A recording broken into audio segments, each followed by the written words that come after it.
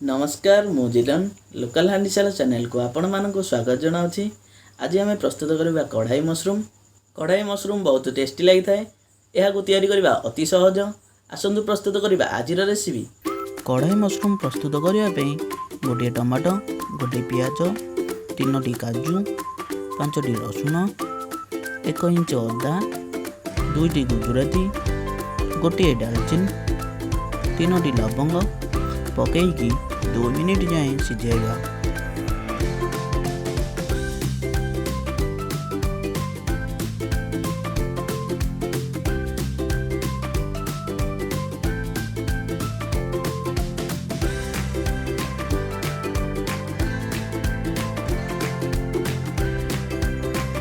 एबे एहाकु छाणिकी mixture jar रे रखि दियंतु और एक स्मूथ पेस्ट तैयारी कर नियंतु। गोटे प्यान बसाई से अल्प तेल पकातु। तेल गरम होला परे से गोटे पियाज और गोटे कैप्सिकम को क्यूब आकार रे काटी फ्राए करंतु।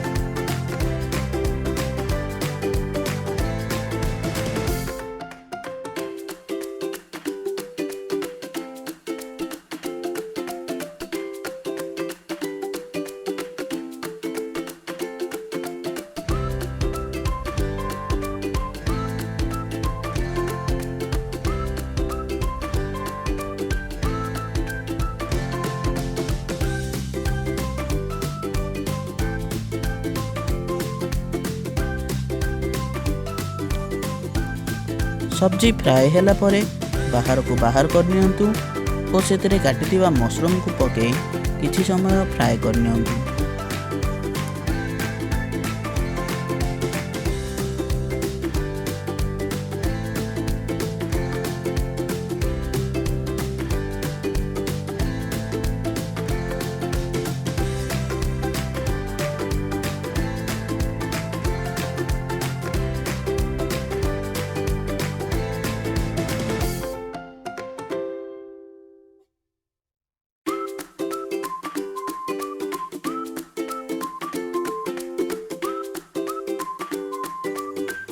मशरूम फ्राए हो गलानी।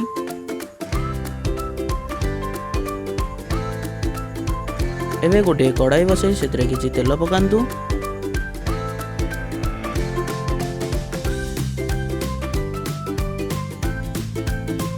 तेल गरम होला परे सेतरे गोटे चामच जीरा और 2-3टी तेजपत्र पकांतु।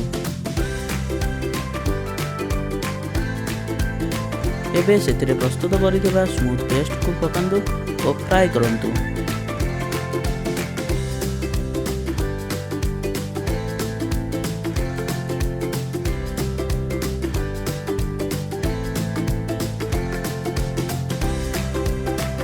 किछि समय फ्राए कर सारिलेनी। एबे सेतरे मसाला ऐड करिबा। 1 चमच हल्दी पाउडर, 1 चमच लाल मिर्च पाउडर, 1 चमच धनिया पाउडर, 1 चमच गरम मसला, स्वाद अनुसार लूण पकाई फ्राए करंतु।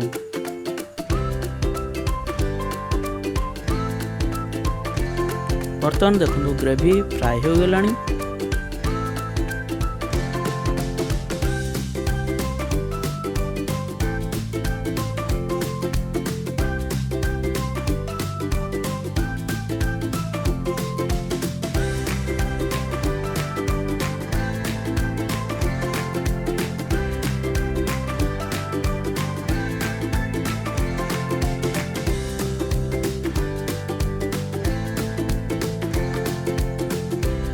एबे सेतिरे फ्राए करथिबा मशरूम और सब्जी को पकाई ग्रेवी सहित मिसै नियंतु और फ्राए करंतु।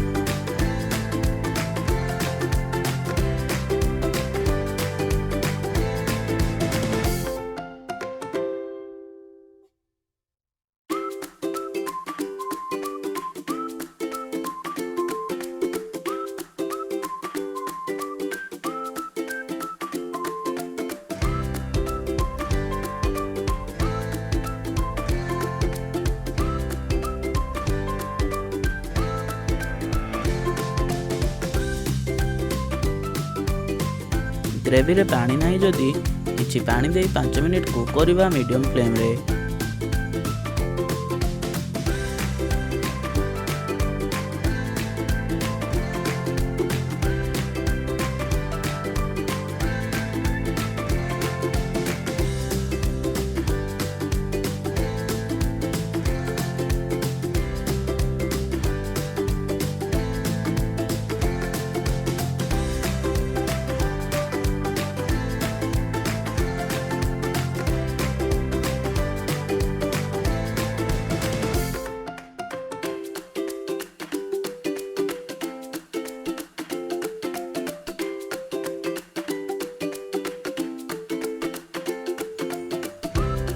एबे देखंतु ग्रेवी प्रस्तुत हो गलानी।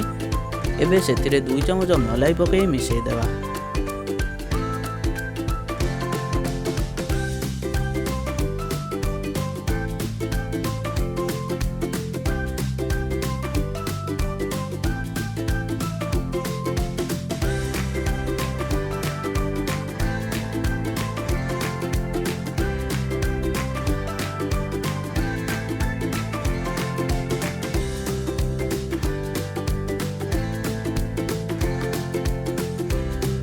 बर्तमान प्रस्तुत हो गला आमर गरमा गरम कढ़ाई मशरूम।